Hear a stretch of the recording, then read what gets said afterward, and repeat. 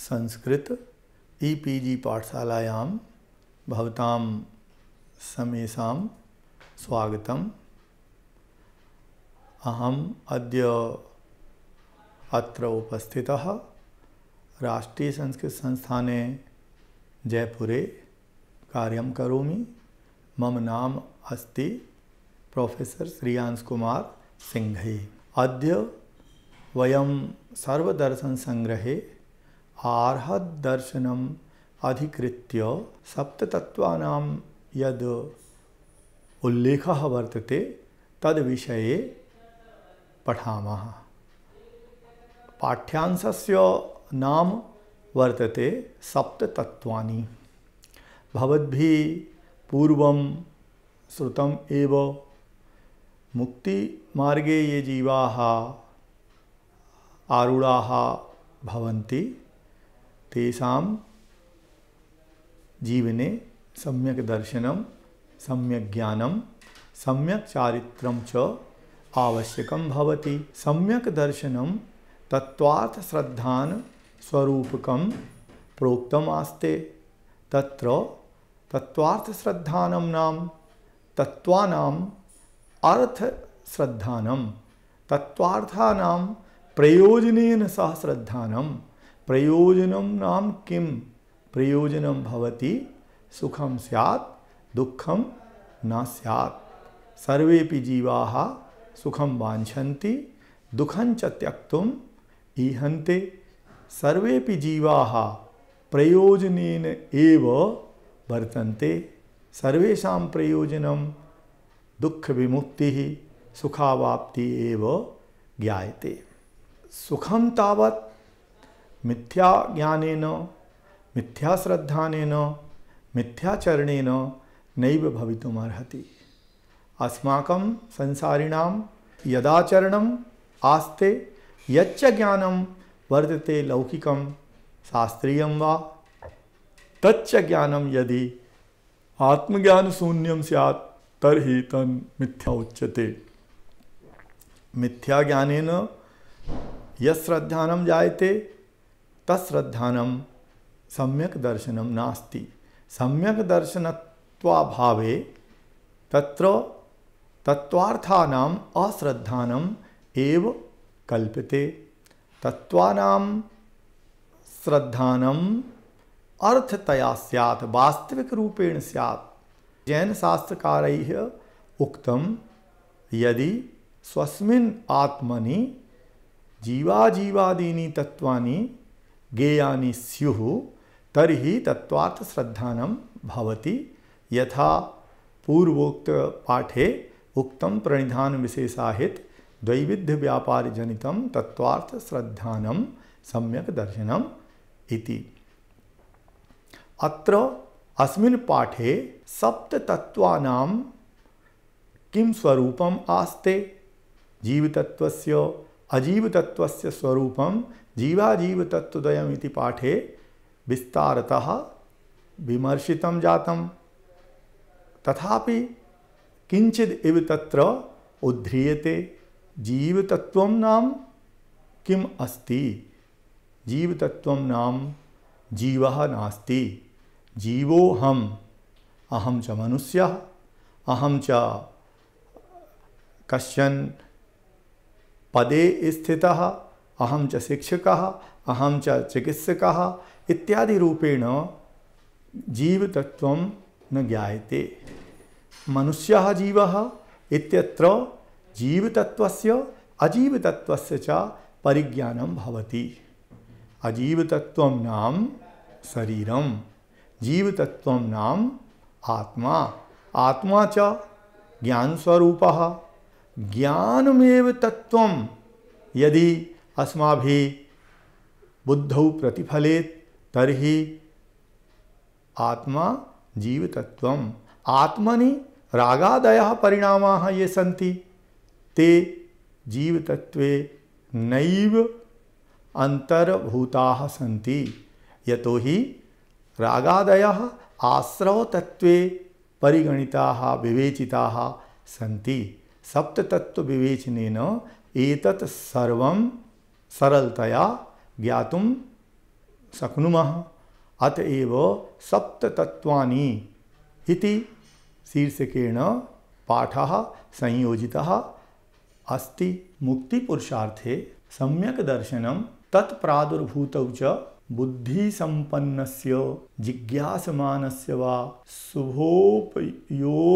योगाभ्यां विशुद्धिम् आप्तवतः जीवस्य पुरुषस्य सप्ततत्त्वानां परिबोधः आवश्यकः प्रतीयते। तानि तत्त्वानि सन्ति जीवतत्त्वम्, अजीवतत्त्वम्, आश्रवतत्त्वम्, बन्धतत्त्वम्, संवरतत्त्वम्, निर्जरातत्त्वम्, मोक्षतत्त्वं च। इमानि खलु सप्ततत्त्वानि प्रयोजनभूततया ख्यापितानि सन्ति। प्रयोजनं तावत् प्रत्येकमपि जीवस्य भवति। मे सुखं स्यात्, दुःखं कदापि न स्यात्। सुखं लब्धुं दुःखं च विमोक्तुं प्रत्येकमपि जीवेन पुरुषार्थः विधातव्यः। स कदापि न संभवति एतेषां सप्ततत्त्वानां परिज्ञानेन विना। अतः सप्ततत्त्वानां महत्त्वम् अपि अस्माभिः परिबोध्यम्। तत्र कश्चनपि लब्धबुद्धिपरिपाकः सङ्गी पंचेन्द्रियजीवः गुरुमुखात् द्रव्याणाञ्च उपदेशं श्रुत्वा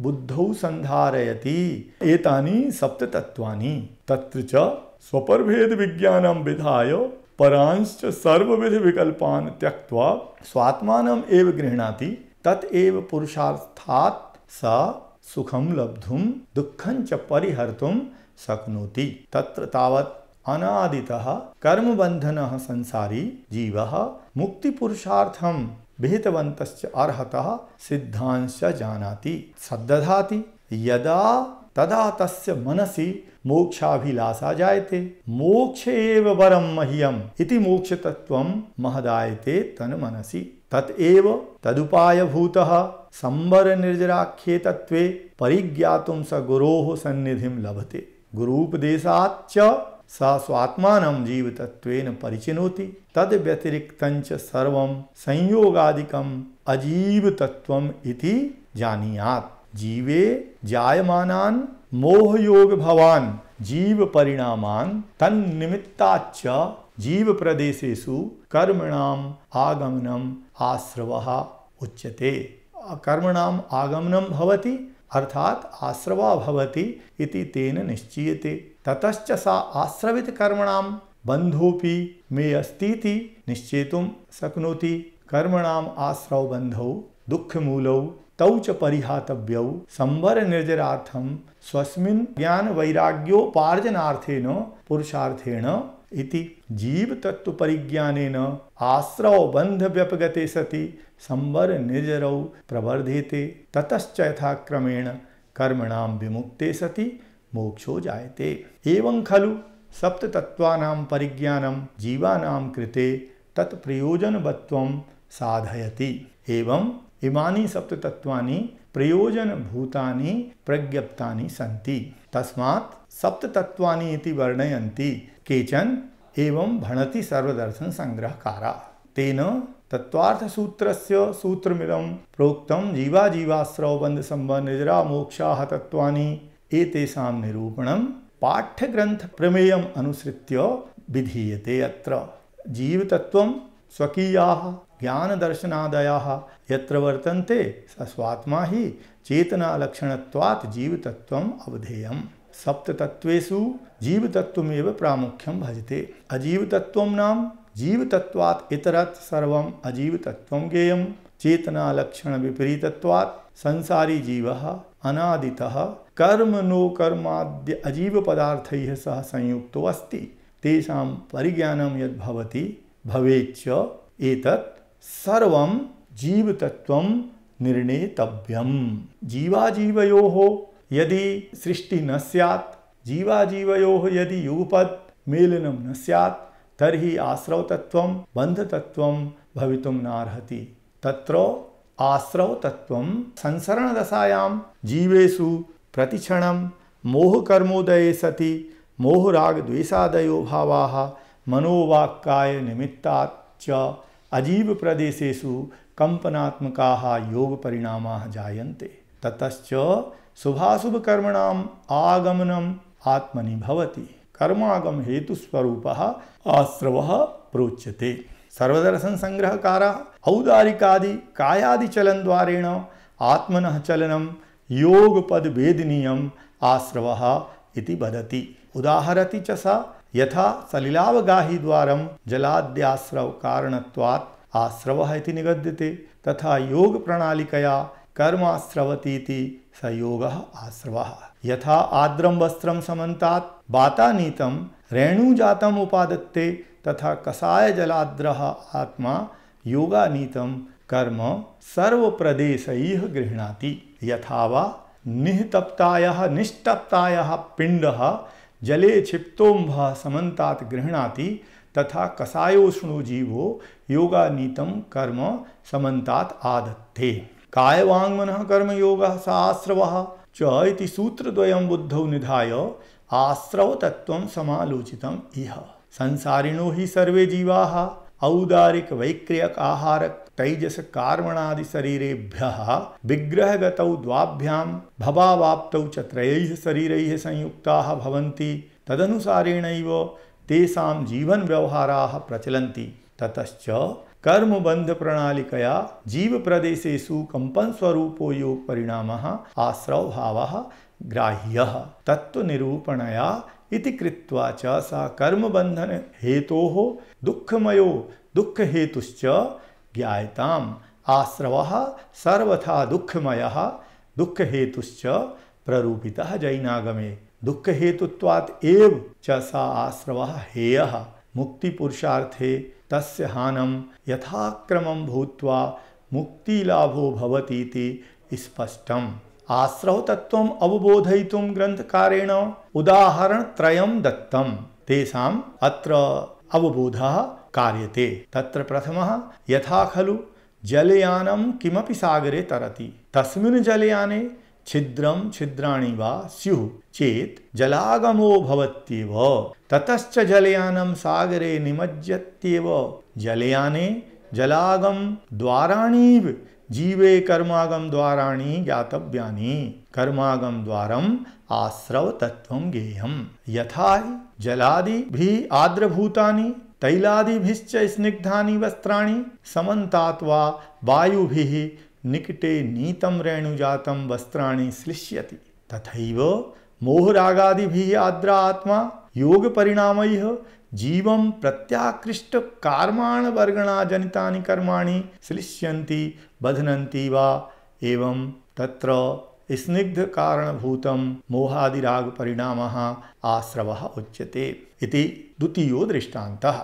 अथ तृतीयः दृष्टान्तः यथा च नितरां तप्तः उष्णभावेन वा परिणतः अयः पिण्डः जलराशौ क्षिप्तः भवति, स च पिण्डः जलराशौ क्षिप्तः सन् समन्तात् जलं गृह्णाति। तथैव खलु आत्मापि कषाय भावाविष्टो भवति, अज्ञानजन्य रागानलोष्णो वा भवति, ततः योगानीतं कर्म समन्तात् आददते इति आश्रव तत्त्वम् अवबुध्यते। अत्र कषायम् अधिकृत्य ग्रन्थकारो लिखति कसति हिनस्ति आत्मानं कुगति प्रापणात् इति कषायः क्रोधो मानो माया लोभश्च इति। शास्त्रदिशा कषायः षोडशविधः प्रज्ञाप्यते। अनन्तानुबन्धी क्रोधः, अनन्तानुबन्धी मानः, अनन्तानुबन्धी माया, अनन्तानुबन्धी लोभः इति अनन्तानुबन्धी कषाय चतुष्कम्।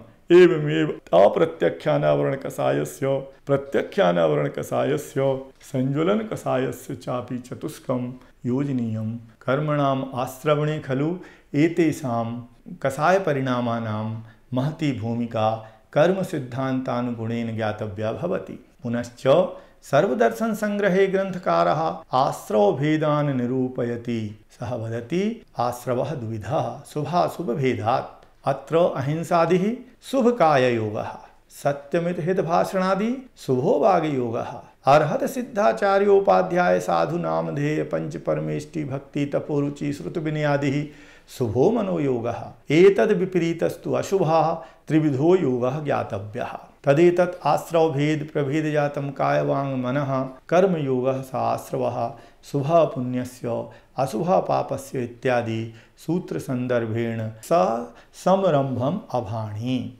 अत्र पूज्यपाद देवनन्दिना विषयो अयं सुस्पष्टीकृतः। सः स्पष्टं वदति निमित्तापेक्षया आत्मपरिस्पन्दः काययोगः, निमित्तापेक्षकः वाक्परिणामाभिमुखस्य आत्मनः प्रदेशपरिस्पन्दः भागयोगः, एवमेव च बाह्यं निमित्तमनोवर्गणालम्बने च सति मनः परिणामाभिमुखस्य आत्मप्रदेशपरिस्पन्दः मनोयोगः, अपि च अर्हतां वा सयोगकेवलिनां कर्मणां घातिकर्मणां क्षयेऽपि त्रिविधवर्गणापेक्षः आत्मप्रदेशपरिस्पन्दः योगः वेदितव्यः। एवं ज्ञायताम् शुभाशुभप्रवृत्तेः कायवाङ्मनोयोगानां द्वौ भेदौ ज्ञातव्यौ स्तः। तत्र शुभकाययोगस्तु अहिंसादिरूपेण कायप्रवृत्ति, अशुभश्च काययोगः प्राणातिपातादत्तादान मैथुनादिकर्मसु प्रवृत्तिः, शुभवागयोगः सत्यहितमितभाषणादिषु प्रवृत्तिः, अशुभवागयोगस्तावत् अनृतभाषणपरुषा सभ्यवचनादिषु प्रवृत्तिः। अर्हत सिद्धाचार्योपाध्याय साधु पंचपरमेष्ठीनां श्रुतोपदेश भक्ति तपोरुचि प्रभृति कार्याणां विषये मनसा चिंतनं शुभो मनोयोगः, बधबंधन मिथ्या प्रलाप चौर्य कर्म मैथुनादि व्यवहारेषु परिग्रहादि मूर्छा परिणामेषु च मनसा चिंतनम् अशुभ मनोयोगः। अत्र तीव्र मंद भावापेक्षया ज्ञाताज्ञात भावापेक्षया अधिकरणापेक्षया वीर्य विशेषापेक्षया च आश्रवस्य विशेषो ज्ञातव्यो भवति। ततश्च जीवाधिकरणगम्यः आश्रवः अष्टोत्तरैकशतविकल्पको भवति। तद्यथा अधिकरणं त्रयं समरम्भः समारम्भः आरम्भश्च योगश्च त्रयः काययोगः वचो योगः मनोयोगश्च व्यापारः त्रयः कृतः कारितः अनुमतश्च कषायो वै चत्वारः क्रोधः मानो माया लोभश्च। अत्र समरम्भः प्रोच्यते प्रयत्नावेशः योजना निर्धारणादि, समारम्भस्तु साधन समभ्यासीकरणम्, आरम्भस्तु कार्यप्रक्रमः इति। अपि च अजीवाधिकरणापेक्षयापि बहवः आश्रवभेदाः शास्त्रकारैः विवेचिताः। इदानीं कर्म प्रकृतीनाम् आश्रवणे खलु जीवस्य ये भावाः परिणामाः प्रवृत्तयश्च भवन्ति तदपेक्षया आश्रवभेदाः प्रज्ञापनीयाः भवन्ति। तत्र अस्माभिः बुद्धि नियोज्या स्यात्। अत्र शास्त्रकारः वदति जीवाः खलु स्पर्शनादीन्द्रियैः स्पर्शादि विषयेषु प्रवर्तन्ते, तेषां ज्ञानम् इन्द्रियद्वारेण एव तत्तद् विषयं स्पृशत् ज्ञातुम् अशक्नोति, तस्मात् इन्द्रियप्रवृत्तिः आश्रवः प्रोच्यताम्। तद्यथा अपरे तु एवं मेनिरे आश्रवयति पुरुषं विषयेषु इन्द्रियप्रवृत्तिः आश्रवः। इन्द्रियद्वारा ही पौरुषं ज्योतिः विषयान् स्पृशत् रूपादि ज्ञान रूपेण परिणमति। अत्र ज्ञायते इंद्रिय द्वारा यदि ज्ञान प्रवृत्तिः भवति तदा ज्ञानं मोह राग द्वेष भावान् उत्पादयति, अथवा आत्मनि मोह राग द्वेषादयः जायन्ते, ते मोह राग द्वेषादयः इंद्रिय व्यापार हेतोः भवन्ति आश्रवाः। अतः इंद्रिय प्रवृत्तिरपि आश्रव रूपेण अत्र विवेचिता। अपि च बन्धतत्वं जैन परंपरायाम् आत्मकर्मणोः अन्योन्य प्रदेशानुप्रवेशात्मको बन्धः बन्ध एव बन्धः तत्त्वेन ज्ञातत्वात् बन्धतत्वमिति निर्णेतव्यम्। अत्र सर्वदर्शन संग्रहकारः वदति मिथ्यादर्शनावृत्ति प्रमादकषायवशात् योगवशाच्चात्मा सूक्ष्मैक क्षेत्रावगाहिनां अनंतानंत प्रदेशानां पुद्गलानां कर्मबंध योग्यानां आदानम् उपश्लेषणं यत् करोति स बन्धः तदुक्तं सकषायत्वात् जीवः कर्मणो योग्यान् पुद्गलान् आदत्ते सबन्धः इति सूत्रकारस्य वचनं वर्तते। अत्र सुस्पष्टं प्रतिभाति आत्मा खलु मिथ्यादर्शनेन अविरति परिणामेन प्रमादेन कषाय परिणामेन च आविष्टो वशीभूतो वा सन् मनोवचो काय योगैश्च वशीकृतः तिष्ठति। यदा तदा तस्य यद् भवति सूक्ष्मैक क्षेत्रावगाहितया विविध कर्मणाम् अनंत प्रदेशानां पुद्गलानां ग्रहणं उपश्लेषणम् आत्मप्रदेशेषु तदुच्यते बन्धः। बन्धहेतवः बन्धलक्षणप्रज्ञापनेन सह निर्दिष्टाः अत्र सन्ति। कर्मबन्धस्य भेदाः अपि वर्तन्ते। कर्मबन्धस्य हेतवः मिथ्यादर्शनम्, अविरतिः, प्रमादः, कषायः, योगः विमर्शितः अस्माभिः। किञ्चिद् एव तेषां वैशिष्ट्येन विवेचनम् अपि ज्ञातव्यं भवति। मिथ्यादर्शनम् अत्र परोपदेशानपेक्षं तत्त्वाश्रद्धानं नैसर्गिकं प्रोक्तं। तच्च तत्त्वेषु अश्रद्धानं यदि परोपदेशेन जायते तर्हि परोपदेशजं प्रज्ञप्तं। गृहीतमिथ्यात्वम् अगृहीतमिथ्यात्वं च इति शास्त्रेषु प्रतिपादितं वर्तते। आत्मज्ञानारुचिस्वरूपः तत्त्वार्थाश्रद्धानं सर्वमिथ्यादृष्टिषु साधारणत्वात् अगृहीतमिथ्यात्वम् उच्यते। अगृहीतमिथ्यात्वसत्त्वे च परोपदेशादिशिक्षया ज्ञायते यत् विपरीतश्रद्धानुमूलकं मिथ्यादर्शनं।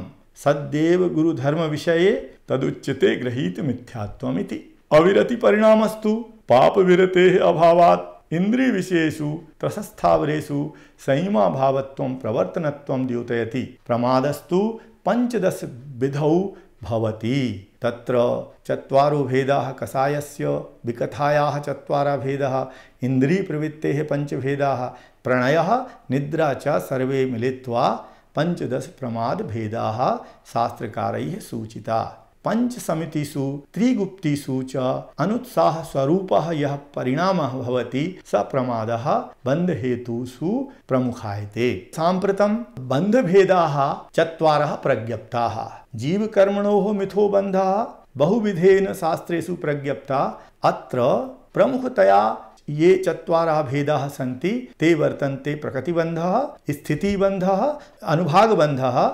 प्रदेशबन्धश्च। अत्र सर्वदर्शन संग्रहकारः खलु एतेषां विवेचनं किञ्चिद् इव प्रस्तौति। बन्धः चतुर्विधः इत्युक्तं प्रकृति स्थित अनुभव प्रदेशाः तद्विधयः इति। तत्र प्रकृतिबन्धः बहुषु शास्त्रेषु विपुलतया विविच्यते शास्त्रकारैः। अत्र तु केवलम् अष्टविधानां कर्मणां प्रकृतिं संसूच्य विवेचनं विधीयते। ज्ञानावरणाद्यष्टविधकर्मणां प्रकृति उच्यते। इदानीं ज्ञानावरणस्य प्रकृतिः अर्थानवगमः, दर्शनावरणस्य अर्थानालोकनं, सद् असद् वेदनीयस्य प्रकृतिः सुख दुःख संवेदनं, दर्शनमोहस्य प्रकृतिः तत्त्वार्थस्य अश्रद्धानं, चारित्रमोहस्य प्रकृतिः असंयमः, आयुषः कर्मणः प्रकृति भवधारणं, नाम्नः कर्मणः प्रकृति नरनारकादि नामकरणं, गोत्रस्य प्रकृतिः उच्चैः नीचैः अवस्थानम्,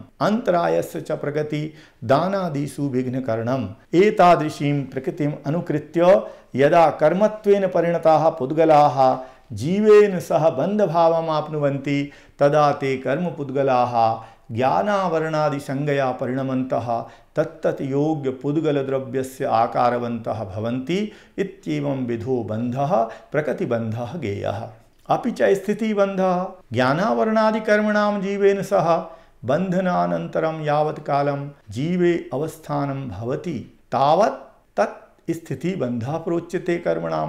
पूज्यपाददेवनन्दिस्तु अत्राह तत् स्वभावात् अप्रच्युतिः स्थितिः। यथा अजागो महिष्यादि क्षीराणां माधुर्य स्वभावात् अप्रच्युतिः स्थितिः तथा ज्ञानावरणादीनां अर्थावगमादि स्वभावात् अप्रच्युतिः स्थितिः। स्थितिबन्धं विवृणन् श्रीमाधवाचार्यः अपि एवमेव भाषितवान्। तेन अन्तरायस्य आदितः तिस्रीणां ज्ञानावरणस्य, दर्शनावरणस्य, वेदनीयस्य च कर्मणाम् उत्कृष्ट स्थितिबन्धः सूचिता 30 सागरोपम कोटिकोट्यः। अष्टविध कर्मणां मूलप्रकृतीनाम् उत्कृष्ट स्थितिबन्धः जघन्यबन्धश्च उत्तरप्रकृतीनां शास्त्रेषु विव्रियते शास्त्रकारैः ततः ज्ञायताम्।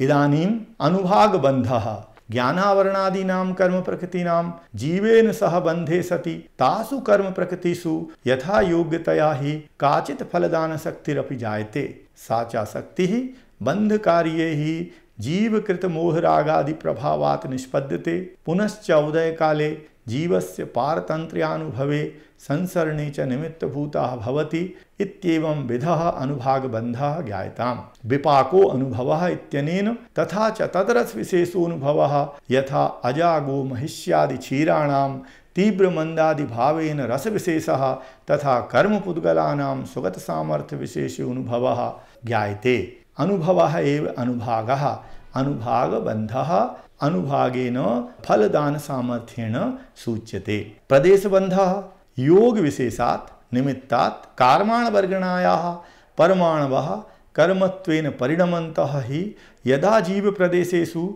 एक क्षेत्रावगाह्यतया संस्थिता भवन्ति तदा हि तन्नाम प्रदेशबन्धः इति उक्तञ्च तत्त्वार्थसूत्रे। नाम प्रत्ययाः सर्वतो योग विशेषात् सूक्ष्मैक क्षेत्रावगाः स्थिताः सर्वात्म प्रदेशेषु अनन्तानन्त प्रदेशाः इति सर्वदर्शन संग्रहेपि ग्रंथकथा प्ररूपितम। कर्म भाव परिणत पुद्गल स्कंधानाम अनंतानंत प्रदेशानाम आत्म प्रदेशानुप्रवेशः प्रदेशबन्धः इति। इदानीं संवर तत्वम्।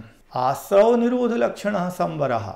संवृणोतीति संवरः यतश्च उपयोगः संव्रियते स्वात्मनि तत एव जायते खलु आश्रवाणां निरोधः इति संवृणोति इति संवरः इति निरुक्तिः सम्यक् प्रतिभाति। सर्वदर्शन संग्रहकारः तत्त्वार्थ सूत्रम् अनुसृत्य भाष्यते। आश्रव निरोधः संवरः सगुप्ति समिति धर्मानुप्रेक्षा परिचय चारित्रैः इति। येनात्मनि प्रविशत कर्म प्रतिसिध्यते सा गुप्ति समित्यादि संवरः संचार कारण योगात् आत्मनो गोपनम गुप्तिः सा त्रिविधा कायवांग मनो निग्रह भेदात् प्राणी पीड़ा परिहारेण सम्यक ऐनं समिति। ईर्याभासादि भी पंचधा भवति प्रपंचितञ्च हेमचंद्राचार्यैः केषुचित् श्लोकेषु। लोकातिवाहिते मार्गे चुंबिते भास्वदंशुभिः जन्तुरक्षार्थमालोक्य गतिरीर्यामता सताम् अनवद्यमृतं सार्वजनीनं मितभाषणं प्रियावाचं यमानां सा भाषा समितिरुच्यते। द्विचत्वारिंशता भिक्षा दोषैः नित्यमदूषितं मुनिर्यदन्नमादत्ते सैषणा समितिर्मता। आसनादीनि संवीक्ष प्रतिलङ्घ्य च यत्नता गृहिणीयान्निक्षिपेत ध्यायेत् सादान समिति स्मृता। कफ मल मूत्र प्रायैः निर्जन्तु जगतीतले यत्नात् यद उत्सृजेत् साधु सोत्सर्ग समितिर्भवेत्। एतेषां पंच समितीनाम् ईर्या समिति, भाषा समिति, ऐषणा समिति, आदान निक्षेपण समिति, उत्सर्ग समितिश्च प्रमादम् अपहर्तुं स्वीक्रियते साधुचर्यायाम्। एतेषां विवेचनम् अत्र द्रष्टव्यम् आस्ते। इदानीं निर्जरा तत्त्वम्। मुक्ति मार्गे भवति साधकानां एक देश कर्म संचय लक्षणा निर्जरा। स्वरूपाचरण विवृद्ध्या निजात्मनि शुद्धेर वृद्धि ततश्च अशुद्धेः अंशतः क्षरणं यत्र भवति सा भाव निर्जरा मुक्तेः कारणं प्रज्ञप्ता। तत्सत्त्वे द्रव्यकर्मणाम् अंशतया क्षरणं द्रव्य निर्जरया समवधेया। साम्प्रतं सर्वदर्शन संग्रह वचोनुसारेण निर्जरा तत्त्वं ज्ञायताम्। अर्जितस्य कर्मणः तपः प्रभृतिभिः निर्जरणं निर्जराख्यं तत्त्वं चिरकाल प्रवृत्त कषाय कलापं पुण्यं सुख दुःखे च देहेन जरयति नाशयति। तत्र केशोल्लुञ्चनादिकं तपः उच्यते। सा निर्जरा द्विविधा यथा कालौपक्रमिक भेदात्। तत्र प्रथमा यस्मिन् काले यत् कर्म फलप्रदत्वेन अभिमतं तस्मिन्नेव काले फलदानात् भवन्ति निर्जरा कामादि पाकजा इति च जे गीयते। यत् कर्म तपोबलात् स्वकामनया उदयावलिं प्रवेश्य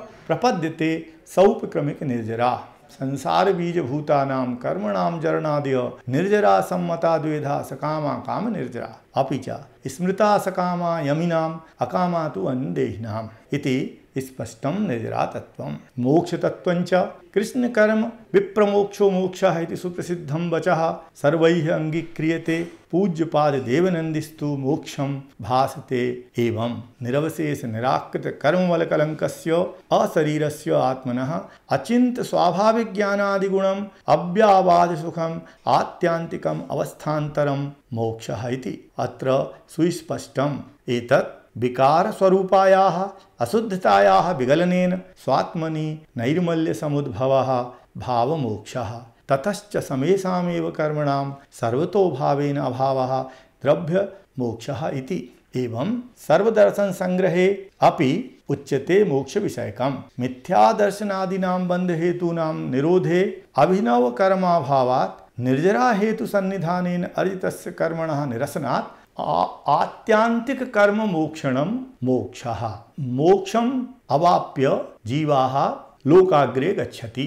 अयोग केवलिनः ये सन्ति योग निरोधात् देहादिकं त्यक्त्वा ऊर्ध्वगमनं कुर्वन्ति ते सिद्धाः भवन्ति। तच्च कर्माभावे कथं संभवति इत्यपि यत्र विचारः विहितः वर्तते। यथा अष्टदण्डादि भ्रमिपेरितं कुलालचक्रम् उपरमतेपि तस्मिंश्च तद्बलात् एव असंस्कार क्षये भ्रमति तथा भवस्थेन आत्मना अपवर्ग प्राप्तये बहुशो यत्कृतं प्रणिधानं मुक्तस्य तदभावेपि पूर्व संस्कारात् आलोकान्तं गमनम् उपपद्यते। यथा वा मृत्तिकालेपकृत गौरवम् अलाभु द्रव्यं जले अधः पतति पुनः अपेत मृत्तिका बन्धम् ऊर्ध्वं गच्छति आलाभु द्रव्यं तथैव कर्मरहितः आत्मा असंगतत्वात् ऊर्ध्वं गच्छतु बन्धच्छेदात् एरण्यबीजवत् च ऊर्ध्वं गतिस्वभावात् चाग्निशिखावच्च इति अत्र उक्तवान्। अन्योन्यं प्रदेशानुप्रवेशे सति अविभागेन अवस्थानं बन्धः परस्पर प्राप्तिमात्रं संगः तदुक्तं पूर्वप्रयोगात् असंगतत्वात् बन्धच्छेदात् तथागति परिणामाच्च आविद्ध कुलाल चक्रवत् व्यपगत लेपालाभुवत् ऐरण्यबीजवत् अग्निशिखावच्च इति सः लिखितवान्। अत्र सप्ततत्व प्ररूपणेन सह नवतत्वानि अपि सन्ति इति प्रसंगः अपि ग्रन्थकारेण उपस्थापितः। पुण्यतत्वं पापतत्वञ्च एतैः सप्ततत्वैः सह संयुज्य नवतत्वानि भवन्ति। अत्र नवतत्वानि नोक्तानि सप्ततत्वानि विमर्शितानि। तत्र आश्रव तत्वे बन्धतत्वे पुण्यपापयोः अन्तर्भावः भवति। अतः सप्ततत्व प्ररूपणा सप्ततत्व विवेचनेन समाप्ता भवति। धन्यवादः।